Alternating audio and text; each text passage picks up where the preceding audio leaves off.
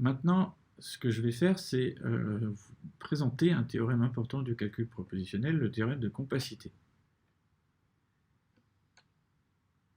En fait, tant qu'on parle de calcul propositionnel, ça reste très limité. Si on veut raconter des choses un peu plus intéressantes et moins triviales, il faut qu'on parle de façon plus générale que seulement des fonctions booléennes, et c'est ce qu'on va faire dans le théorème de compacité. Donc on ne parle pas d'un ensemble fini de formules, a priori, parce que si, dans ce qui suit, si vous aviez un ensemble fini de formules, finalement, ça reviendrait à simplement une seule formule qui serait leur conjonction. On va plutôt se donner un ensemble de formules qu'on appelle sigma. Et la question qu'on se pose, c'est quand est-ce qu'on peut satisfaire toutes les formules de l'ensemble. Donc a priori, sigma peut être fini ou infini, mais le cas intéressant, c'est le cas sigma infini.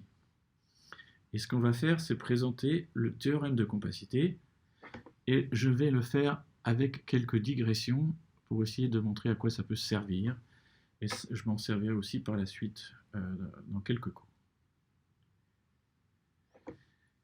Alors je vais faire une petite digression sur la théorie des graphes. Donc un graphe est dit planaire s'il peut se représenter sur le plan sans qu'aucune arête ne croise une autre. Donc voici un exemple de graphe qui est planaire, parce que je peux le représenter sans qu'aucune arête ne se croise. Voici un exemple de graphe qui n'est pas planaire. Alors ça c'est plus dur à montrer, mais on ne peut pas... Enfin, on peut se convaincre où que vous placiez les sommets, de toute façon, vous aurez des arêtes qui doivent se croiser. Un autre exemple de graphe qui n'est pas planaire, c'est le graphe qu'on appelle 4, 3, 3, qui est celui-là où en fait on a trois sommets qui sont reliés de toutes les façons. C'est avec deux composantes, c'est un graphe bipartite. Peu importe.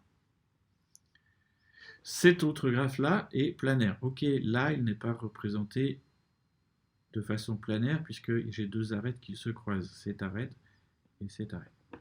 Mais il est bien planaire, puisque je pourrais le dessiner, ce serait exactement le même graphe, j'ai simplement déplacé un des sommets, et là j'aurais bien une représentation planaire. Bref, un graphe est planaire si l'on peut le représenter d'une certaine façon, sans qu'aucune arête n'en croise une autre.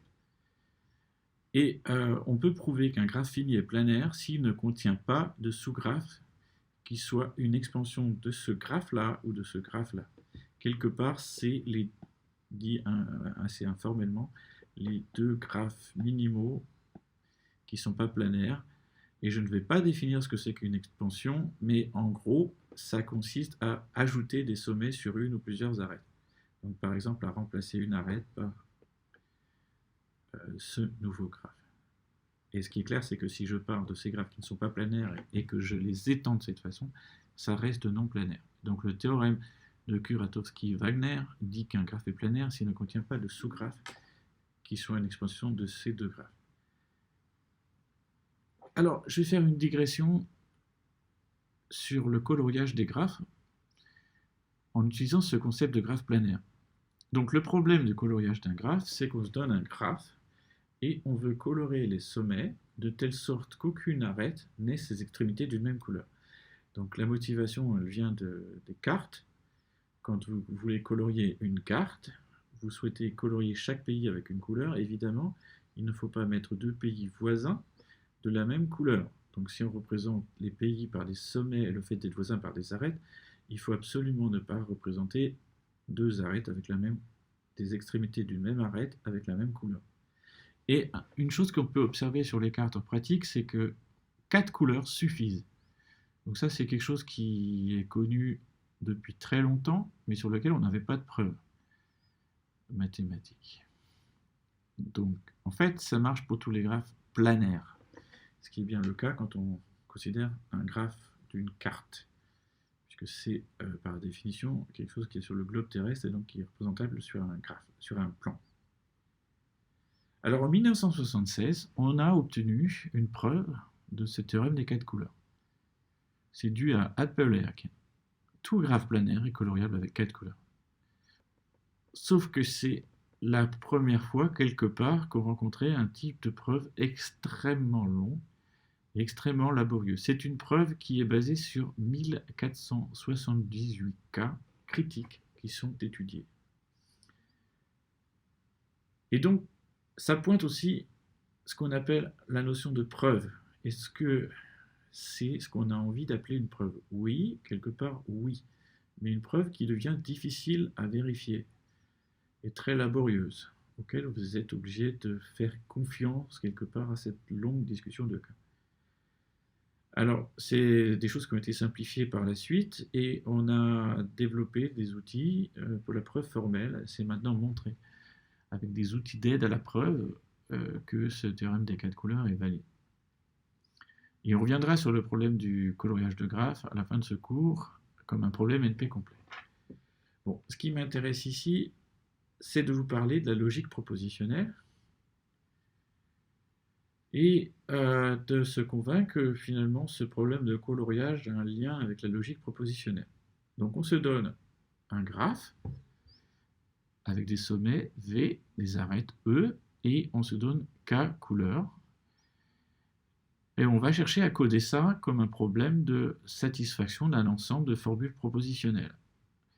Une façon de faire, c'est de prendre une famille de variables. J'en prends autant qu'il y a de couples U et I, où U est un sommet et I est un entier entre 1 et K, donc le nombre de couleurs. Avec l'idée que AUI est vrai si et seulement si le sommet U est colorié avec la couleur I. Et ce que je vais exprimer, c'est des formules qui disent qu'on a un coloriage correct. Alors je vais exprimer que chaque sommet possède une couleur, ce qui revient à dire que j'ai AU1 ou AU2 ou AU3, etc. jusqu'à AUK pour tout sommet U. Chaque sommet a ou plus une couleur. Donc une façon de le dire, c'est de dire que si vous prenez chaque sommet U, si vous prenez deux couleurs I et J qui sont distinctes, je n'ai pas U qui est de la couleur I et U qui est de la couleur J. Troisième contrainte, chaque arête n'a pas ses extrémités de la même couleur. Donc je vais dire que pour chaque arête UV, je n'ai pas AUI et AVI pour une certaine couleur I. Et je me rends compte qu'un graphe est coloriable avec K couleurs si et seulement si on est capable de satisfaire toutes les formules de gamma 1, union gamma 2, union gamma 3. Autrement dit, savoir si un graphe est coloriable avec K couleurs, c'est savoir si on peut satisfaire cet ensemble de formules. Alors, si on a un ensemble de formules, comme c'est le cas ici c'était gamma, mais on peut aussi des fois l'appeler sigma, on dit qu'une valuation satisfait sigma si elle satisfait chaque formule de l'ensemble. Et on va noter ça par le fait que la V est bien un modèle de sigma. On dit qu'un ensemble de formules est satisfiable, on dit aussi consistant, si on peut le satisfaire. Il est dit inconsistant ou contradictoire sinon. Donc par exemple, P, non P, P ou R est satisfiable. C'est bien possible de satisfaire à la fois P, non Q, P ou R. Par exemple, en prenant P vrai, Q faux et R faux. Par contre, P implique Q, non Q est inconsistant, puisqu'il faudrait pour le satisfaire que P soit vrai, donc puisque P implique Q, qu'on ait Q qui soit vrai, or on devrait aussi avoir non Q qui est vrai. Et donc sur mon exemple, satisfaire gamma, ça veut dire que le graphe donne est K coloriable. Parce qu'une valuation donne un coloriage du graphe. Ok, alors tout ça c'est pour vous présenter le théorème de compacité, qui est un résultat finalement assez inattendu, et peut-être un peu plus surprenant en tout cas que tous les résultats précédents du calcul propositionnel. Le théorème de compacité dit que si vous avez un ensemble de formules, sigma, il est satisfiable si et seulement si toute partie finie de sigma est satisfiable. En fait, si vous jouez avec les définitions, ça peut aussi se redire d'une autre façon. Un ensemble de formules est inconsistante si et seulement si il possède une partie finie inconsistante. Troisième façon, qui est encore une fois le fait que ce soit équivalent aux deux autres, c'est un jeu sur les définitions. Une formule f est une conséquence d'un ensemble de formules si et seulement si f est une conséquence d'une partie finie de sigma. À chaque fois, on parle d'un ensemble de formules et on se ramène à la question à propos d'une partie finie de cet ensemble.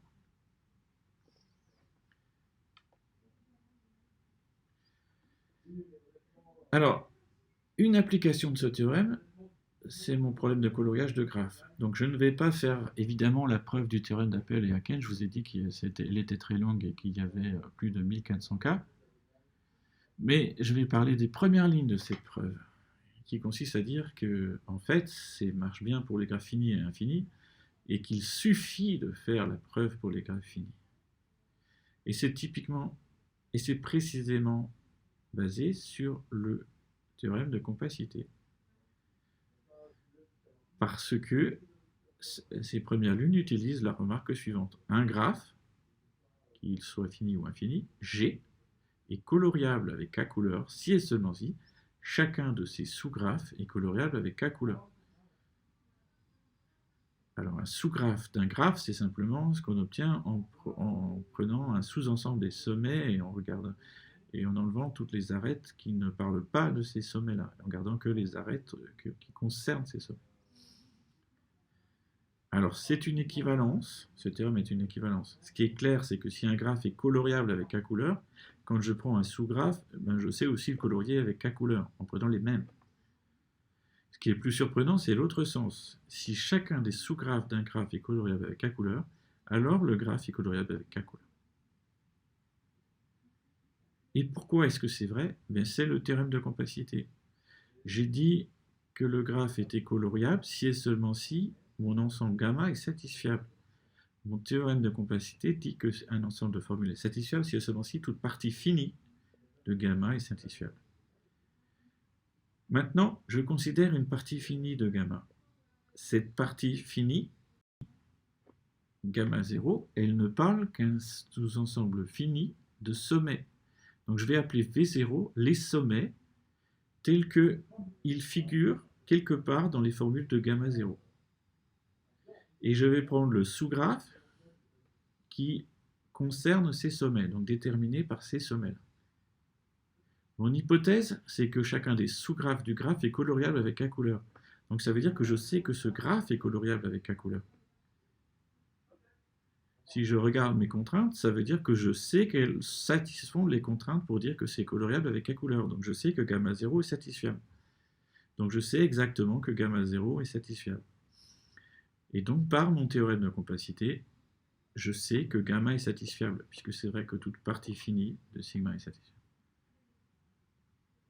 Donc c'était un exemple d'application du théorème de compacité, et je le présente ici pour le calcul propositionnel, d'abord parce que c'est surprenant, et d'autre part parce que c'est quelque chose qui est vrai pour des logiques plus générales. On va le voir pour le calcul, la logique du premier ordre, on pourrait le voir pour d'autres logiques.